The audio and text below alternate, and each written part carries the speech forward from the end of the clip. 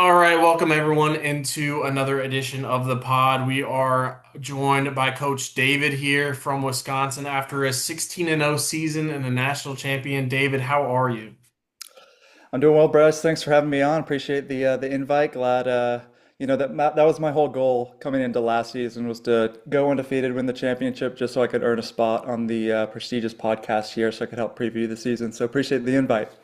Love that, love that. But we are do a little bit of a season preview and then also a recap to start off of just kind of talking about last season.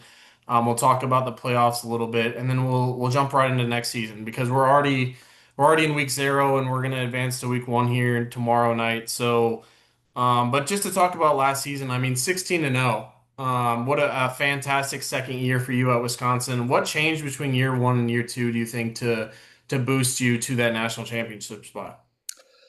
I think a lot of it was just having that additional year, that year to get some of our recruits in there and kind of build out the team that we wanted. We weren't too enthusiastic about our draw with getting Wisconsin off the bat, and it kind of took us a year to ramp up a little bit and build the team how we wanted to. But we had a lot of good close games throughout the season. Big Ten play was extremely tough. We had some close games with yourself, Nebraska, Penn State, West Virginia. So just anytime you can go through the Big Ten gauntlet and come out undefeated, that's good. And then we got a lucky draw in the playoffs, not having to play any user to the championship game.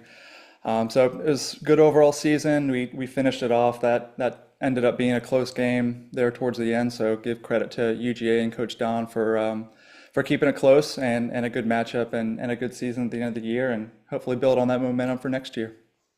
Yeah, so going into next year is the goal to repeat because you've been in the season since year 1 of college football 25. There's never been a repeat champion. Now Penn State's won with UNC last year and Penn State this year, but there's never been a consecutive championship. Is that the goal this year?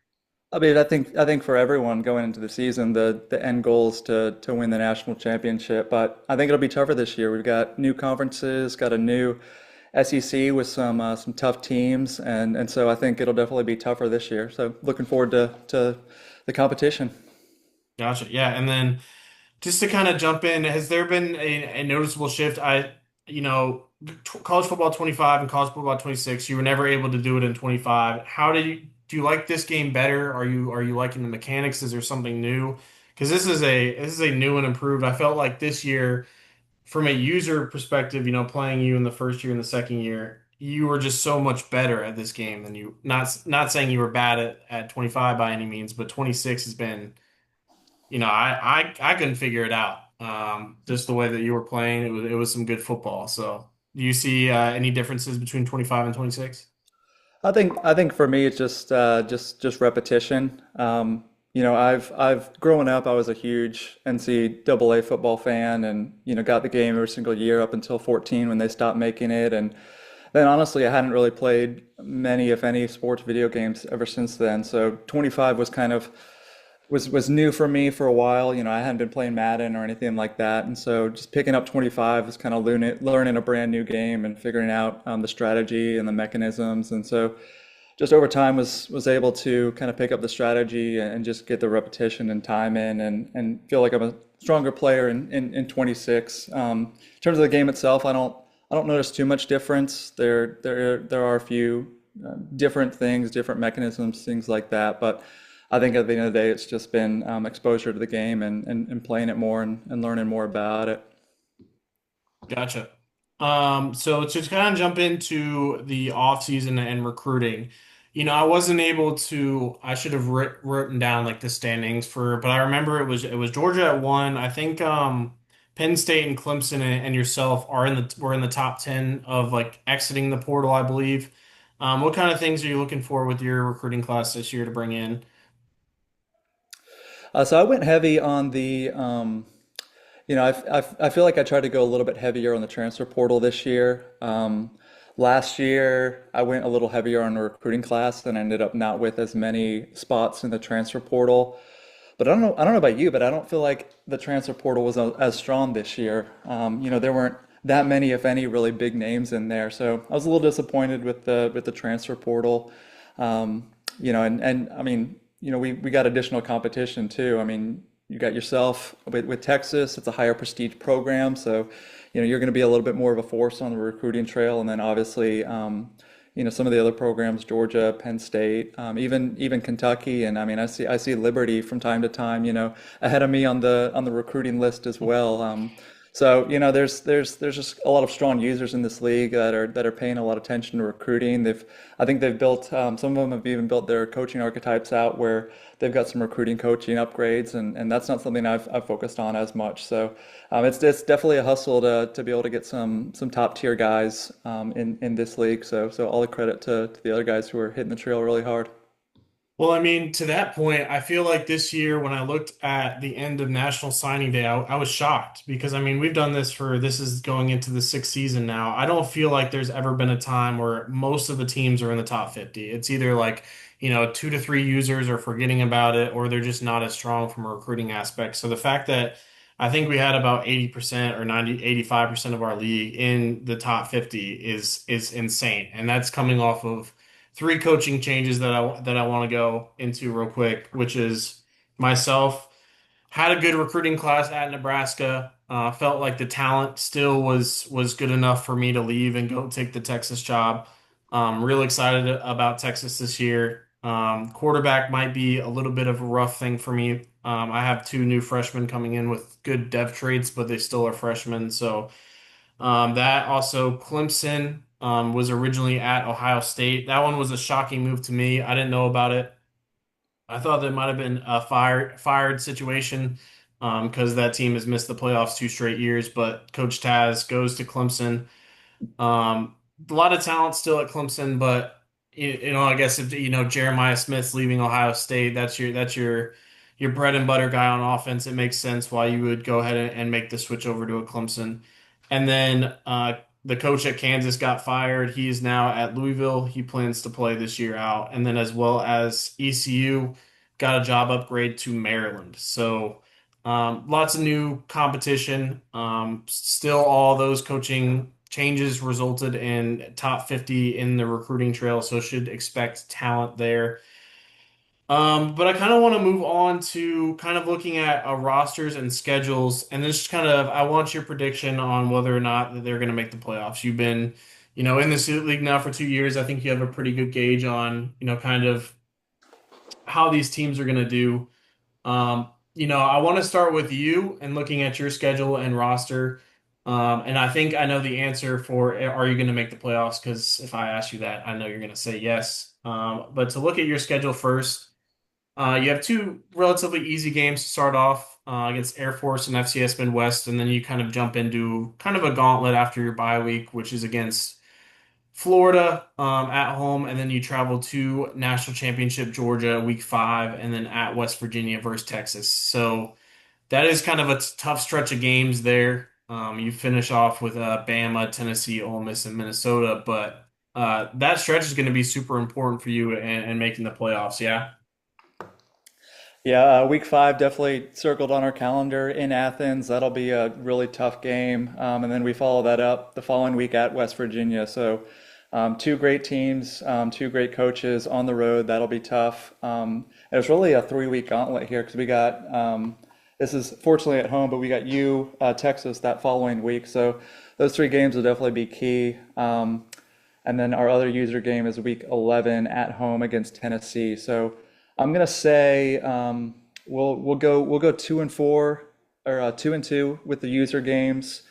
Take care of business with our computer games, and maybe if we make the conference championship, that'll probably be a play-in game for the playoff. So I'm thinking with the way SEC competition is this year, though, maybe we drop 2 and don't make the conference championship, which might even help us for playoffs. So. That's gonna be my prediction. We go 10-2 and work our way into the playoffs. All right, I like that. I mean, I think the 2-2 means that you think you might drop one to me, but I mean, we'll see. We'll see what happens. I'm not as confident as you are on, I or I left it up guess. for the four y'all's interpretation, how you wanna take that. So looking at, sort of the roster right now, we're preseason ranked number one, with a 96 overall offense and defense. I believe you're returning Achilles Smith. I'm not sure, is he a returner for you or is he a first year player? He's a returner. We got him that first year out of the portal, and he played behind our starting quarterback last year, and he was able to work his way into a couple games, a couple blowout games in the third or fourth quarter. So he's got a little bit of experience, but we're happy with how he turned out this offseason. He worked his way up to a 90 overall, so we're confident with him going into the season. Awesome. And then I think what I'm seeing right now, kind of just, I don't want to go too deep into the roster here, but it looks like you have some talented offensive linemen at left tackle, right guard, and center, all above 88 overall, which is fantastic. I'm sure you probably have an 87 that you're going to slot in there too. So great job building the trenches. It looks like you have some talented receivers. You have Dasmond James, who's a speedster. He's a 97 speed, 98 excel. So that's going to be definitely dangerous. And then you have some talented players on the defensive end. So talented looking roster as always for you at Wisconsin. This is going to be a tough team to beat, that's for sure. Yeah, Wisconsin doesn't pump out too many good high school recruits, but you can always find some big boys in the offensive line in on the recruiting trail. So that's what we've been focusing on. Yeah. So next up over at Texas, I'm going to look at a couple of my guys real quick. We have CJ Baxter, talented name at running back, and then you have Jamie French, who's a wide receiver at 92 overall, and then a talented receiving room and running back room that's definitely on the older side. I think the quarterback room is where you're going to have your most room to grow here. There's a junior at 84 overall who seems really talented. And then we have a freshman, two freshmen with elite dev traits. So should be hopefully Texas can get their quarterback situation figured out by the time that they get to their user games, which starts week 7 against Wisconsin, and then we face Tennessee week 9 and week 10. So I think you're kind of on the same mindset as me for these user games. You need to probably win 2 of the 3 user games here to make the playoffs. For me, the last like 5 years, I've skirted into the playoffs with 2 to 3 losses a year. So I'm not by any means going unscathed. This is a tough schedule. I think with kind of taking a step back from the user games, at least from the Big Ten last year, I think it should be an easier path for some of these SEC teams to get into the playoffs. Because yes, I play 3 user games, but I mean, if you remember last year, we were at 5 or 6 user games in the Big Ten. So definitely not going to say an easier path because you still have to make the most of these user games, but it definitely is a little bit easier. All right, next up, let's look at Penn State. Kind of a disappointing year for Penn State last year. This is a team with a lot of expectations. They had a great transfer portal, bringing in Avery Johnson. Had to replace some production year one, getting rid of Drew Aller and Singleton. But I mean, missing the playoffs after a national championship is not ever something that you want to do as a head coach. So I was very surprised to see them miss the playoffs. From a user perspective, they have at Georgia and versus Kentucky week 8 and 9. That's 2 tough teams to play. They have to go at Athens week 8. They've struggled with this Georgia team late. And then from a user or a CPU perspective, they are pretty consistently beating CPU competition. But I don't know. Do we see another a missed playoffs year for Penn State? I don't think so. Only two user games it looks like, and then assuming they get into the SEC championship, so that would be three. So I think they get things back on track this season. I was a little surprised that even with 3 losses, their strength of schedule, just their body of work, was surprised that the committee left them out. I think they definitely would have made a deep run like they usually do had they got in, but that's just how the chips fell last year. But I'm sure Coach Austin will be looking for some revenge this year and get back on track. I am with you there. This team is 97 overall. I think we're going to see a little bit of a QB competition. Obviously, you saw the portal. It really didn't have any big names, especially at the QB spot. I think that was kind of a surprise to a lot of people.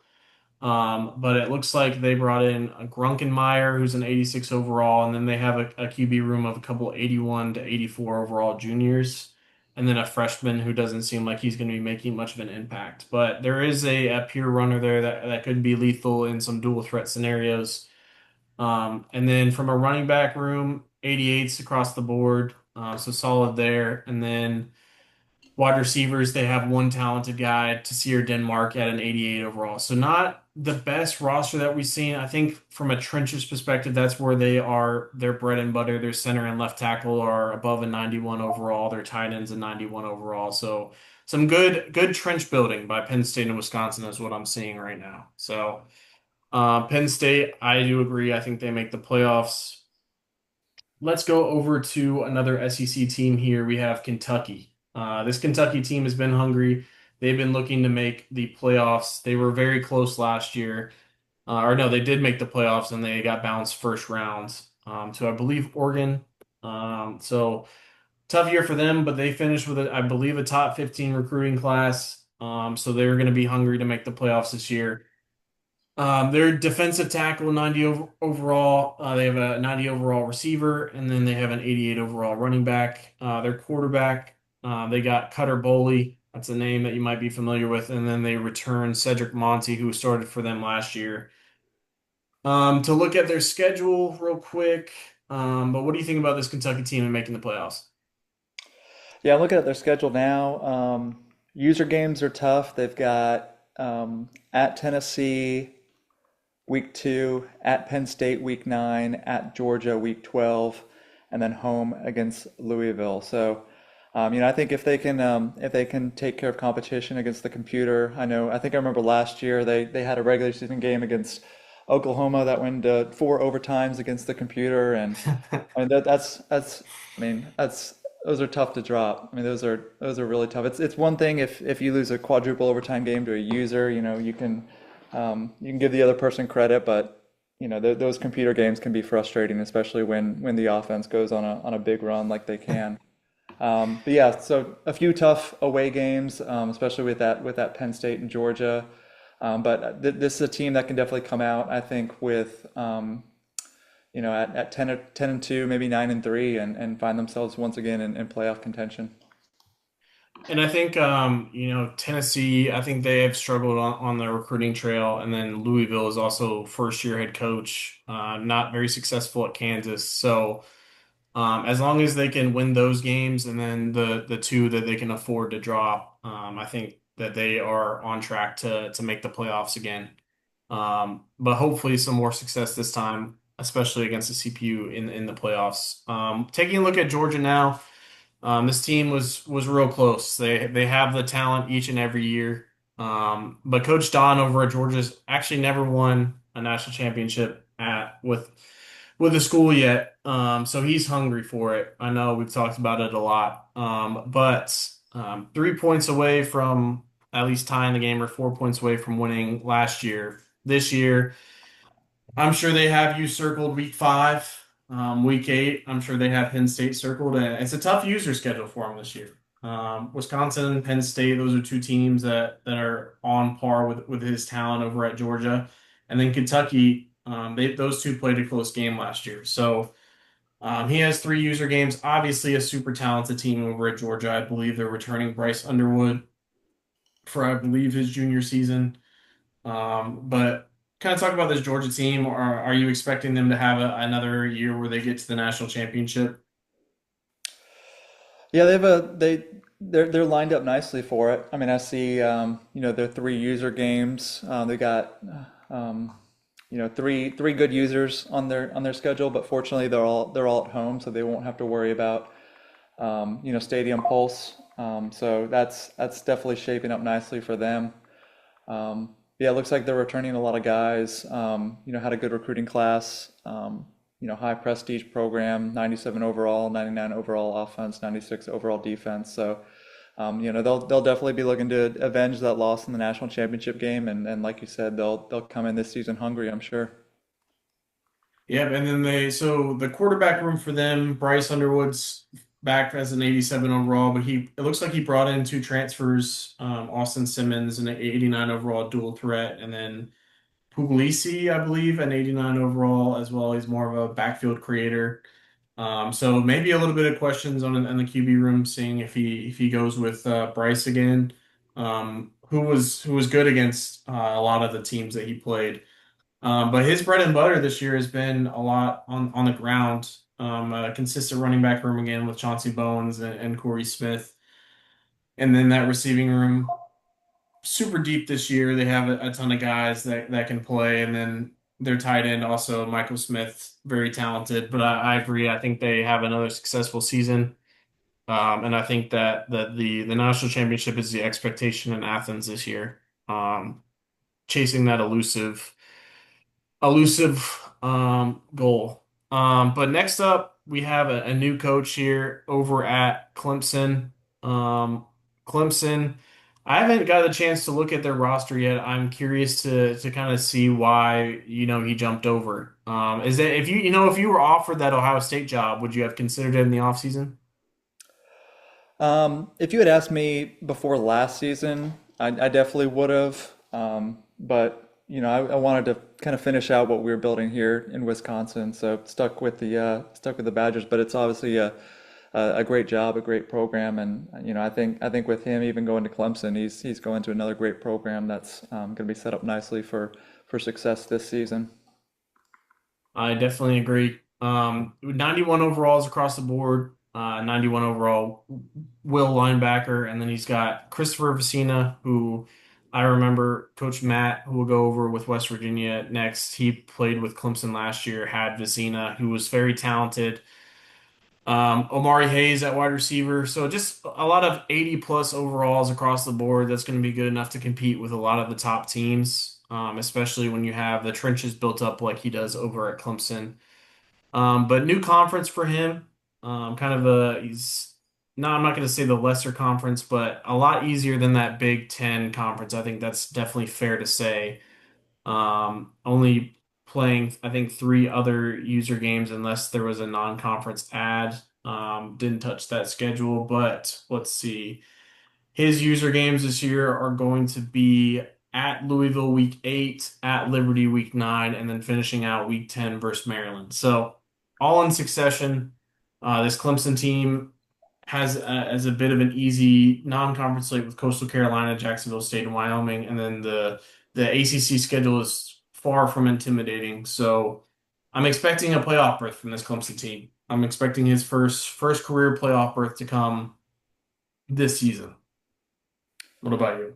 Yeah, I am too. I mean, this is brand new ACC conference, new look. To your point, I think um, I think the Big Ten was a little bit stronger last year, and he hung with most, if not all, of the Big Ten opponents that he played. A lot of close games, a lot of close user games, as I remember. So, he can hang with the best of them, and I think he'll put a big stamp on the new look ACC. Win most of his games, get a conference championship berth, and make his way into the playoffs as well. I do agree. I will second that. And then taking a look at Maryland's coach CJ had a good year at ECU last year. I mean, I don't know if you remember his first year there, struggled mightily. Only had 3 wins in the year. I think I played him last year early in the season, and it was a much improved team. He got unfortunate with some of the stuff that happened against Nebraska, but stepping up to a little bit of a more intense competition here. You're not playing American Conference opponents anymore. You have a primary ACC schedule.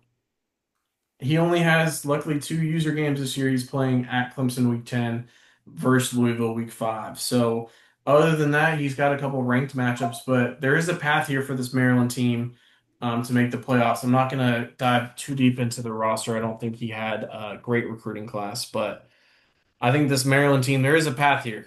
I don't know if you see the path, but I think if he continues to play like he did last year, I think there is a path to make it. What about you? Yeah, yeah, it's set up nicely, and I think I remember him in the group text really wanting to hop into the Big Ten. And so maybe if he has a solid season, maybe Maryland will get an invite to a bigger conference. So we'll see. We'll see if he can take care of business with his computer games, and got two user games on the schedule. Got a tough one, especially at Clemson. But if he can take care of business, he'll be in good shape. I agree. Next up, another new addition to the ACC, who's been very successful in the American Conference so far. The Liberty Flames going into year three.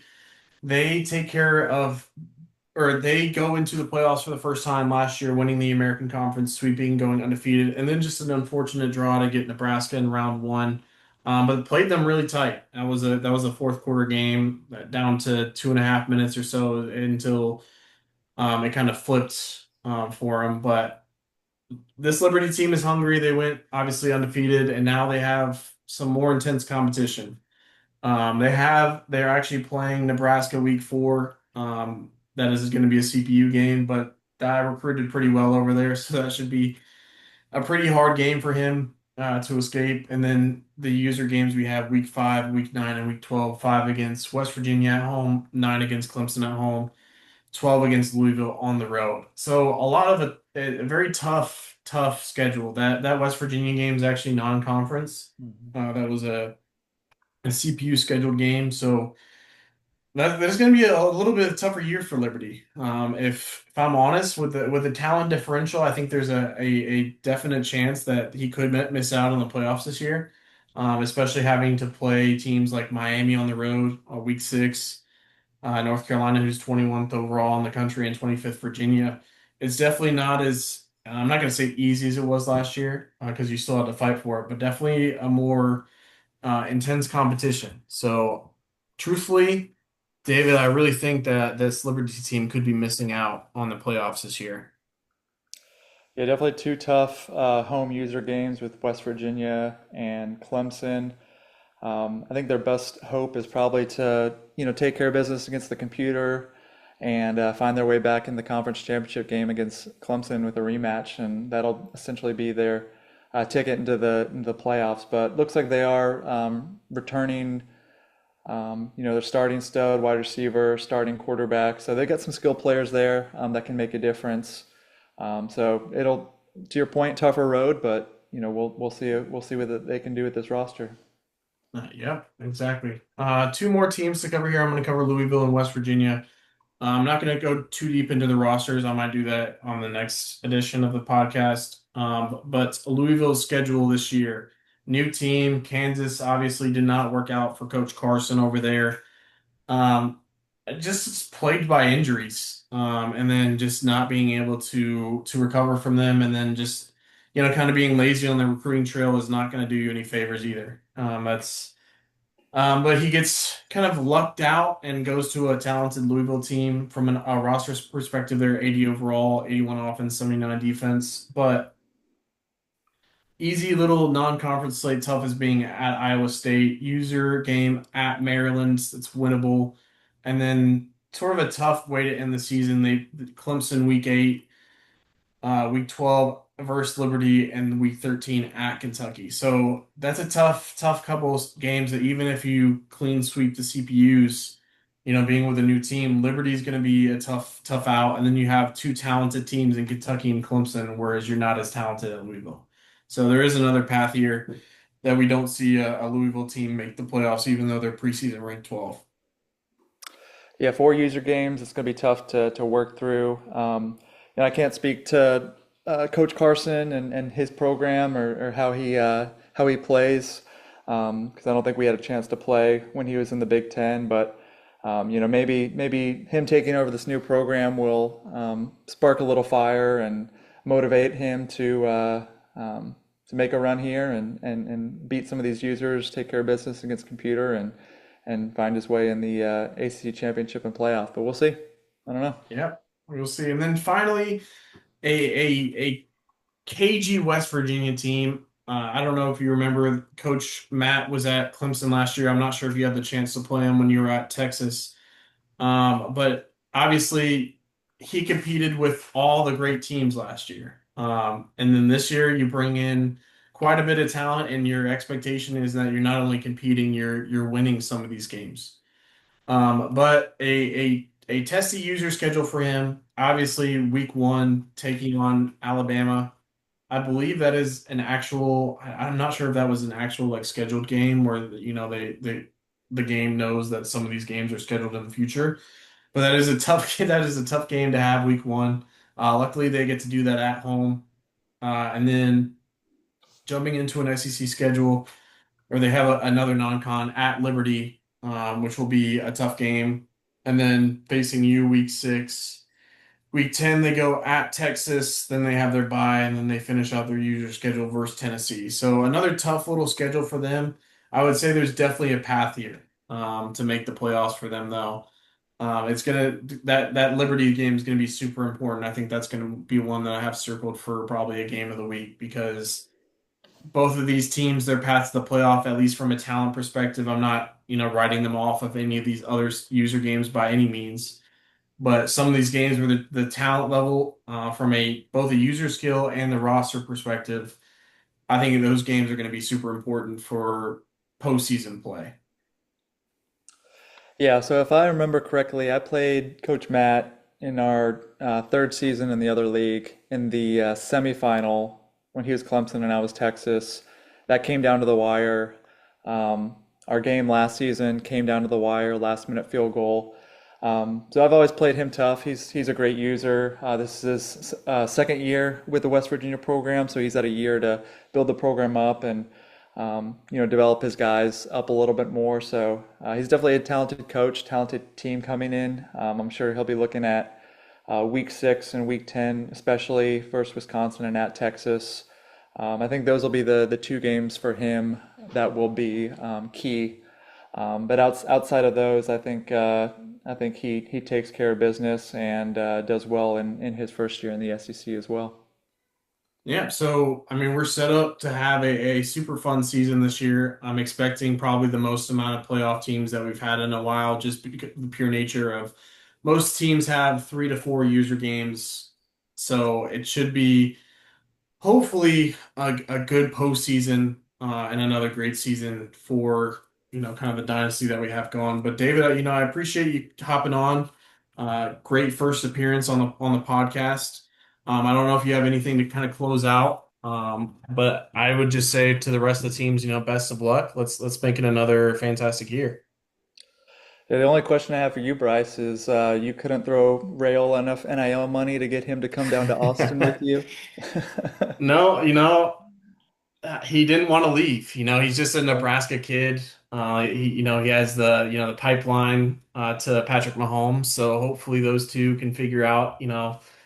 I would have loved to have him. Obviously looking at my QB room, but that's it's tough. I think this year we're gonna struggle at QB, but he has a 5 star that he helped me recruit that he's gonna, I'm sure, mentor at Nebraska. But yeah, no, that's gonna be interesting, that's for sure. But David, like I said, I appreciate you jumping on here. I hope you guys enjoyed, and we'll see you soon.